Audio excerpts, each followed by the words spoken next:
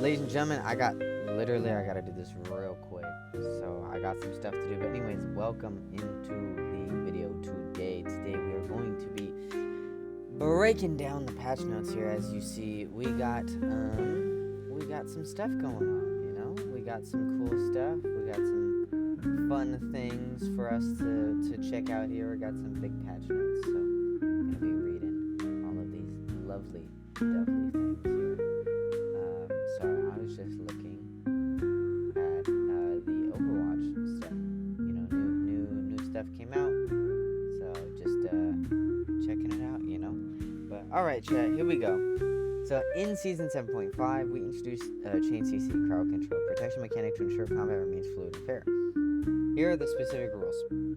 The trigger: if a hero suffers 5.5 seconds of total CC duration, or is hit by 6 CC effects within a 7-second window, Chain CC protection activates. This instantly purges all active CC effects and grants the hero 30% tenacity for 3 seconds.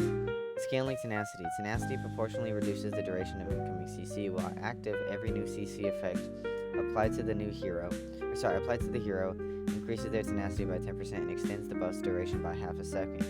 Total immunity. If tenacity reaches 100%, the hero becomes completely CC immune until the buff expires. During this window, incoming CC will not grant further tenacity or extend the immunity duration. Cinematic exceptions. Certain animation-driven CCs, such as Emma Frost, Carbon Crush, and Monster Hulk's World Breaker, bypass this system. Tenacity cannot reduce their durations, nor will they be interrupted if Chain CC protection triggers. Any standard CC effects applied during these cinematic moves will be cleared, and tenacity applied only after cinematic ability concludes. Cooldown. The Chain CC provides a protection system as a 5-second cooldown, which begins the moment that final tenacity effect expires. So that's really good.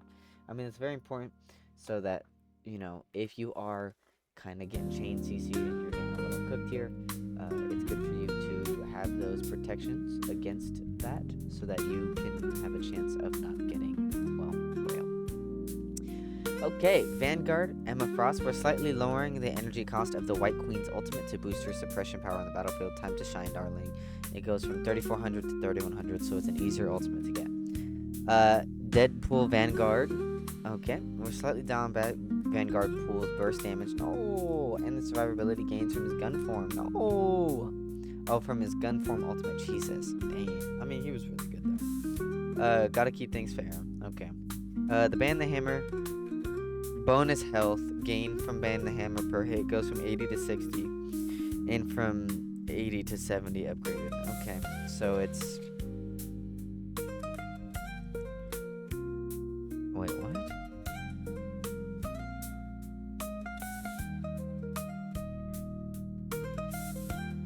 I don't... Okay. I mean, he just loses. He loses. It's tough. Reduce the Ban the Hammer... Sorry, I was just trying to really understand that in my head. Reduce the Ban the Hammer gun form ultimate ability damage dealt per hammer from 45 to 35. Jeez, that's a big nerf. That is a big nerf.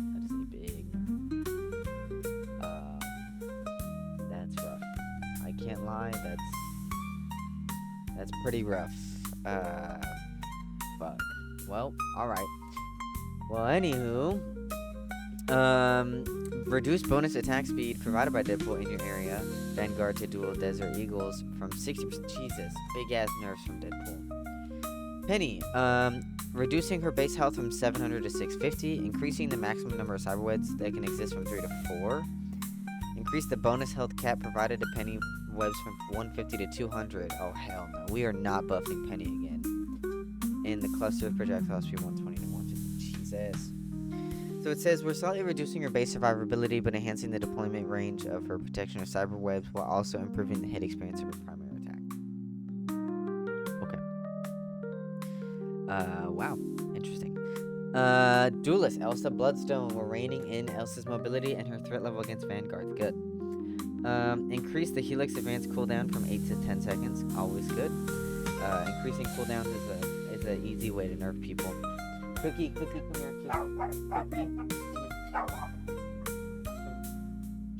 Don't worry about it.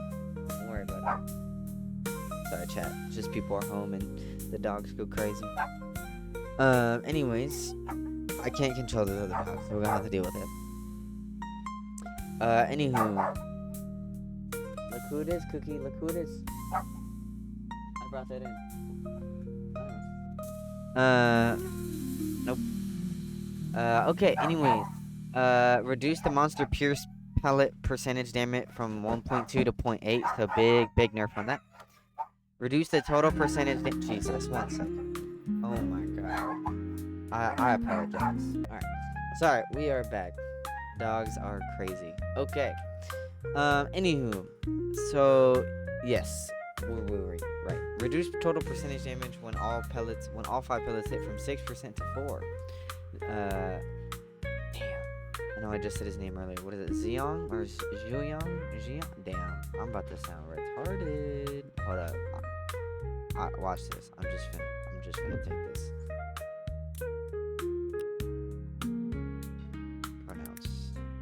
Pronunciation.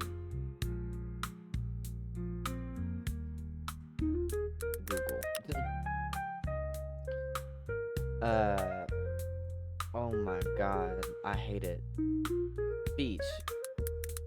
Dude. Zhuyong. I'm just gonna say Zhuyong. Okay. Note, when all pellets hit, damage against a 275 HP hero drops from 81.5 to 76. Against a 700 HP hero, it drops from 17. Oh, I see. It drops from 81 damage to 76. If you hit it on a 7 HP hero, it drops from 107 damage to 93. So it's less. That's what they're showing. We're tweaking the Human Torch's mobility mechanics to boost his burst mobility and enhance his gameplay pacing at the same time. We don't want his movements to be more predictable for his opponents on Flame On, but with a plan. Plasma body mechanic adjusted. Upon casting, he immediately dashes a short distance in the direction and enters the plasma body state for 4 seconds. The ability now has 2 charges with a 10-second recharge time per charge. There's also a 4-second cooldown between the consecutive casts. Wow, sounds like fun. Sounds like fun. It actually seems pretty good. That's pretty cool. I like that. I like that a lot. So, the Deadpool shark emote is cute. That's cute. Okay. Sorry, I didn't get to see these before. But okay. Well, anyways, that's cool. Winter Soldier. Bucky had too much CC, which caused some frustration for enemies, especially when facing dive vanguards, duelists, or other anchor vanguards. He felt more like a bodyguard than a lethal operative. We're reducing his CC capabilities and slightly buffing his frontal damage output to enrich his combat experience and make him feel like the true soldier he is. Remove Trooper Fist grounded effect on enemies. Thank God. Reduce cooldown from 12 to 10 seconds. So he gets a buff, right? So it's a buff and a nerf. So he loses the ground. He loses the grounded effect, but it becomes a smaller cooldown, which I think is better overall, right? Like, that's nice.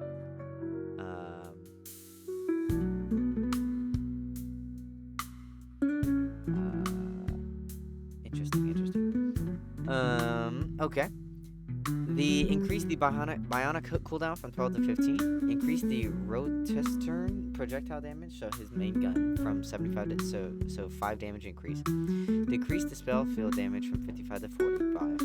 So 10. Okay, I lost on 10 on that. Reduce tainted voltage single charge energize time from 6 to 5. Increase Kraken cooling threshold from 15 to 20%. And reduce the base damage of 80 to 70. Interesting. Okay. We're on the strategist now. Adam Warlock, giving Adam a little cosmic boost to his healing capabilities. Increase cosmic cluster cooldown reduction provided to life avatar stream per hit on enemy from 0.005 to 0.008. I couldn't tell you what that's gonna change. I don't know, that's really too small for me to tell you. Cloak and Dagger, slightly reducing the Cloak and Dagger duration from 13 to 11 seconds. Big. If I were you, I would have gone 13 to 10. That's just me. Jeff the Landshark, We're slightly reducing the pressure of our favorite shark that puts on the enemy back line. Good boy, Jeff, but let's give them a breather. Joyful splash fall off damage now starts at 15 meters, was 20. Damage drops off to 60% of a base at 30 meters, was 65 at 40. Wow. It just does damage. It does less. I mean, it's fine. He like reaches almost the entire map, so. Reduce its Jeff ultimate ability recovery time when failing to swallow any targets from 1 second to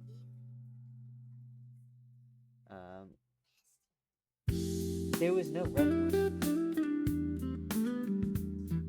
They taste almost the same. Almost. They're not as good, but they're, fuck it. I literally spent 10 minutes looking for it, so.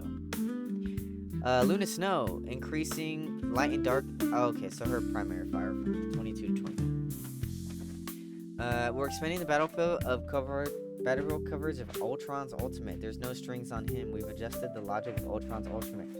The 4 Ultron drones surrounding Ultron will no longer shoot directly at the crosshair target. Instead, they'll bombard the area around the target. The bombardment area matches Ultron, but with slightly lower values. With this adjustment, the coverage of the area of Rage of Ultron is increased from a 3-meter radius to a 6-meter radius. After activating Rage, increases the Ultron, the rays damage from 8 to 18. Increase the drone's damage from 8 to 12. Increase the healing effect on allies from 25 to 40. And new spell field damage fall off starts at 1.5 meters after the rays explode with a max fall off of 50% at 3 meters.